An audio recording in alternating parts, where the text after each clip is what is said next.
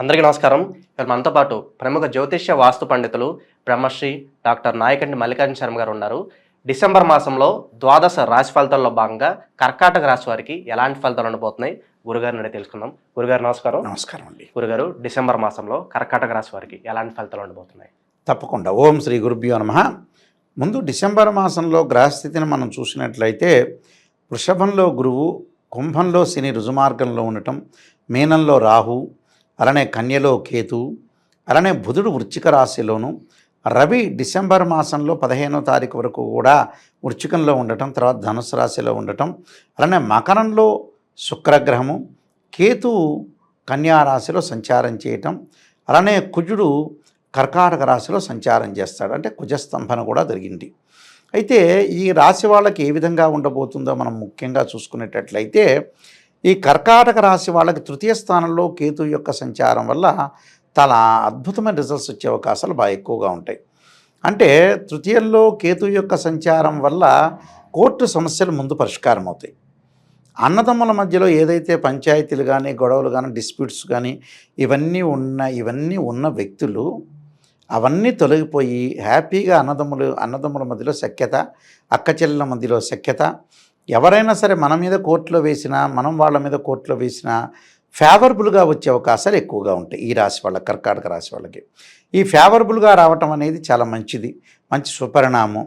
పిత్రార్జితం కూడా బాగా కలిసి వచ్చే అవకాశాలు బాగా ఎక్కువగా ఉంటాయి. అంటే ఆస్తిపాస్తులు కలిసి రావటం ఒకటి, అలానే భూములు, ఇళ్ళు కొనుగోలు చేయటం ఒకటి, వాళ్ళ యొక్క ఆస్తులు వృద్ధి కలిగే అవకాశాలు ఎక్కువ ఉంటాయి.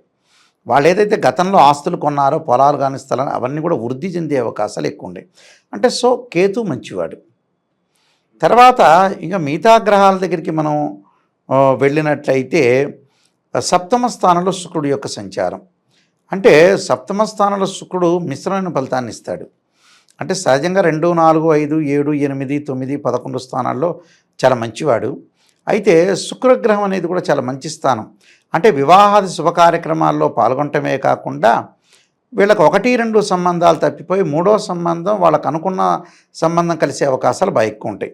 అంటే శుక్రుడు వల్ల కూడా వీళ్ళకి విందులు వినోదాల్లో పాల్గొనటం వంటి బంగారు ఆభరణాలు, విలువైన ఆభరణాలు, అలానే విలువైన వస్తువులు, వాహనాలు కొనుగోలు చేసే అవకాశాలు, బట్టలు కొనుగోలు చేసే అవకాశాలు, స్త్రీలకు కూడా కొంత ఉన్నతమైన అభిప్రాయాలు కలిగే అవకాశాలు ఉంటాయి. స్త్రీలకు ముఖ్యంగా గతంలో ఏదైతే చదువు కానీ, అలానే అంటే ఎడ్యుకేషన్ పరంగా కానీ, ఒక బిజినెస్ కానీ, ఉద్యోగాన్ని వదిలేసిన వ్యక్తులందరూ కూడా మళ్ళీ రీస్టార్ట్ చేయాలి, భర్తకి నేను సపోర్టుగా ఉండాలి, పిల్లలకు కూడా సపోర్టుగా ఉండాలని ఒక ఆలోచన కలుగుతుంది వాళ్ళకి. ఆలోచన కలగటకుండా మంచిదే. అంటే సో శుక్రుడు కూడా మంచివాడు అని అర్థం. దాని తర్వాత ఈ రాశి వాళ్ళకి మనం చూసుకునేటట్లయితే ఏదైతే అష్టమ స్థానంలో శని సంచారం, అష్టమ స్థానంలో శని సంచారం వక్రగతిలో ఉండటంగా బాగుండేది. ఇక్కడ రుజుమార్గంలో ఉన్నాడు. రుజుమార్గంలో ఉంటే అష్టమ స్థానం శని వల్ల ఆరోగ్యపరంగా కొన్ని ఇబ్బందులు కలుగుతాయి. ఆరోగ్యాన్ని కొంత కుదుటపడాలి. పనులల్లో కొంత పెండింగ్ పట్టడం ఒకటి, ఆలస్యం కావటం ఒకటి, దగ్గరికి వచ్చినట్టు వచ్చే పనులు వెనక్కి వెళ్ళటం ఒకటి, కరెక్ట్ సరైన నిర్ణయం, సరైన ఆలోచనలు చేయకపోవటం ఒకటి, మొండితత్వం ఒకటి, ఎవరు చెప్పినా వినలేకపోవటం ఒకటి, విన్నట్టుగా యాక్షన్ చేయటం, వాళ్ళ ద్వారా వాళ్ళు ఏదైతే చెప్పారో విన్నట్టుగా వాళ్ళ ముందు లౌకిక జ్ఞానంతో ప్రవర్తించి వీడు చేసే పని వీడు చేస్తుంటాడు. అష్టమ స్థానంలో శని వల్ల ఆరోగ్యపరంగా ఇబ్బందులు, కాళ్ళు, చేతులు, మోకాలు, దీర్ఘకాలిక వ్యాధులు ఉన్నవాళ్ళు జాగ్రత్త ఉండాలి. సో శని బాగలేదు. దాని తర్వాత వచ్చేటప్పటికల్లా కుజుడు యొక్క బలం అనేది ఏ విధంగా ఉంటుందంటే భూ సంబంధమైన వ్యవహారాల్లో తొందరపడి నిర్ణయాలు చేయకూడదు. వెంబటే వచ్చింది కదా అని స్థలం అనేది కొనటం వల్ల మోసపోయే అవకాశాలు ఎక్కువ ఉంటాయి. వీళ్ళని మోసం చేసే వాళ్ళు ఎక్కువ మంది ఏర్పడే అవకాశాలు ఎక్కువ ఉంటాయి. కాబట్టి మీరు మోసపోవద్దండి. భూ సంబంధమైన వ్యవహారాలు కానీ, పొలాలు కానీ, పొలాల పంచాయతీల్లో కానీ, స్థలాలు తీసుకునేటప్పుడు కానీ వీటి విషయంలో మటుకు కొంత మోసపోకుండా ఉండటం చాలా మంచిది. ఈ మోసం వల్ల ఏమవుతుందంటే కొంత వీడి పక్కనుండే వాళ్ళు కూడా వీటిని మోసం చేసే అవకాశాలు ఉంటాయి. ఎన్నో సంవత్సరాల నుంచి నా మిత్రుడు, నా మంచివాడు, నెంబర్ 1 అనుకున్న వ్యక్తి కూడా మోసం చేసే అవకాశాలు ఉంటాయి. కాబట్టి తొందరపడి డిసెంబర్ మాసంలో ఎవరిని నమ్మకూడదు. నమ్మినట్టు మాత్రం నటించండి. అదొకటి. తర్వాత వచ్చేటప్పటికల్లా పంచమ స్థానంలో బుధుడి యొక్క సంచారం. వ్యాపార విస్తరణ జరుగుతుంది, వ్యాపార లావాదేవీలు అనుకూలంగా ఉంటాయి, వ్యాపారంలో ముందుకు వెళ్ళే అవకాశాలు ఉంటాయి. ప్రతి విషయంలో కూడా లావాదేవీల విషయంలో కానీ డబ్బులు ట్రాన్సాక్షన్ విషయంలో కానీ చాలా అద్భుతంగా ఉంటుంది. అంటే వ్యాపార విస్తరణ బాగా జరుగుతుంది. నూతన వ్యాపారాలు కూడా ప్రారంభం చేయొచ్చు. నూతన వ్యాపారాలు ఎందుకు ప్రారంభం చేయొచ్చు అంటే వాళ్ళకి ఏకాదశ స్థానంలో గురువు యొక్క బలం బ్రహ్మాండంగా ఉంది. అంటే ఆర్థిక పరంగా అనుకూలంగా ఉంటుంది, ఆర్థిక సంక్షోభం లేకుండా ఉంటుంది, ప్రతి పనిలో వాళ్ళు ముందుకు వెళతారు. లావాదేవీలు వాళ్ళకి ఏదైతే మొండి బాకీలు వసూలు కావటం ఒకటి, గతంలో డబ్బులు ఇవ్వలేని వ్యక్తులు ఉంటారు కదా, అలాంటి వ్యక్తులు కూడా వీళ్ళ ఇంటి దగ్గరికి వచ్చి డబ్బులు ఇవ్వటం ఒకటి, అలానే చిరు వ్యాపారులకు కానీ ఉద్యోగస్తులకు కానీ అన్ని రకాల సెక్టార్లో ఉన్న ప్రతి వాళ్ళకి కూడా ఆర్థిక పరంగా ఫైనాన్షియల్ పరంగా చాలా బాగుంటుంది. ఆర్థిక స్తోమత బాగా పెరుగుతుంది, ప్రమోషన్లు వస్తాయి, ఉద్యోగపరంగా స్థానచలనం జరుగుతుంది, నూతన వ్యాపార విస్తరణ జరుగుతుంటుంది, వ్యాపారంలో కూడా లావాదేవీలు జరిగే అవకాశాలు ఎక్కువ ఉంటాయి. కాబట్టి గురువు యొక్క బలం బాగుంటుంది. విద్యార్థులు కూడా అధిక శ్రద్ధతో చదివే అవకాశాలు ఎక్కువ ఉంటాయి. వాళ్ళు పోటీ పరీక్షల్లో నిష్ణాతులు కావటం ఒకటి, అనుకూలంగా ఉండటం, ప్రతి దానిలో కూడా విజయం సాధించడం, సర్వత్రా విజయం సాధించే అవకాశాలు ఎక్కువగా ఉంటాయి. అంటే ఇక్కడ గురువు యొక్క బలం చాలా బాగుంటుందని చెప్పుకోవచ్చు. దాని తర్వాత మరి రవి యొక్క బలాన్ని మనం చూసుకునేటట్టయితే రవి డిసెంబర్ మాసంలో వృశ్చికంలో ఉంటాడు, ధనుస్సులోకి వస్తాడు. ధనుస్సులోకి వచ్చిన తర్వాత 6వ స్థానంలో బాగుంటాడు.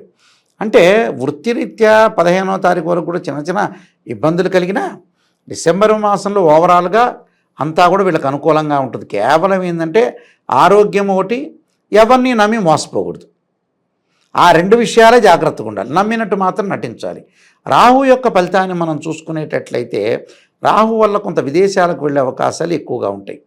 విదేశాలకు వెళ్ళటమే కాదు, తరచూ ప్రయాణాలు చేయటం ఒకటి, ప్రయాణాల్లో కూడా మంచి మిత్రుల యొక్క స్నేహితము, తర్వాత విద్యను కొంత కొనసాగించే అవకాశాలు ఉంటాయి. అంటే ఏజ్ అయిపోయిన వాళ్ళు కూడా విద్యను డిస్టెన్స్ ఎడ్యుకేషన్ లాంటివన్నీ కూడా రాయాలని కోరిక కలగటం ఒకటి.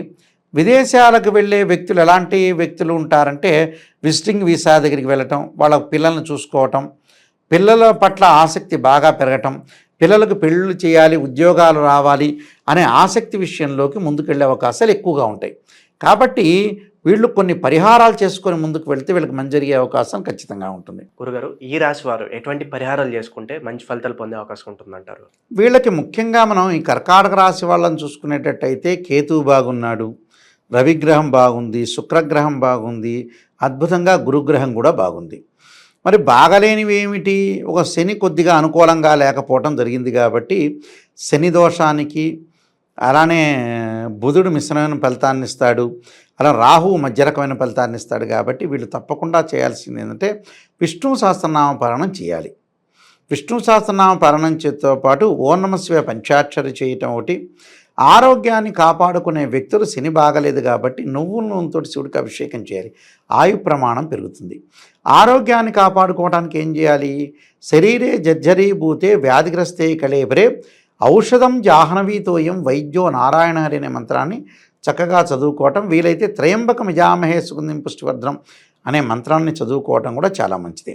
అయితే నవగ్రహాల యొక్క ప్రదర్శన కూడా చాలా ఇంపార్టెంట్. ఆదిత్యాయ సోమాయ మంగళాయ చ బుధాయ చ గురు శుక్ర శనిభ్యశ్చ రాహవే కేతువే నమః అనే మంత్రాన్ని చక్కగా చదువుకోవటం వల్ల కూడా వీళ్ళకి అన్నీ కూడా మంచి జరిగే అవకాశం ఖచ్చితంగా ఉంటుంది. డిసెంబర్ మాసంలో కర్కాటక రాశి వారికి ఎలాంటి ఫలితాలు ఉంటాయి, అలాగే మీరు చేసుకోవాల్సిన పరిహారాలు తెలియజేసినందుకు ధన్యవాదాలు గురుగారు. నమస్కారం అండి.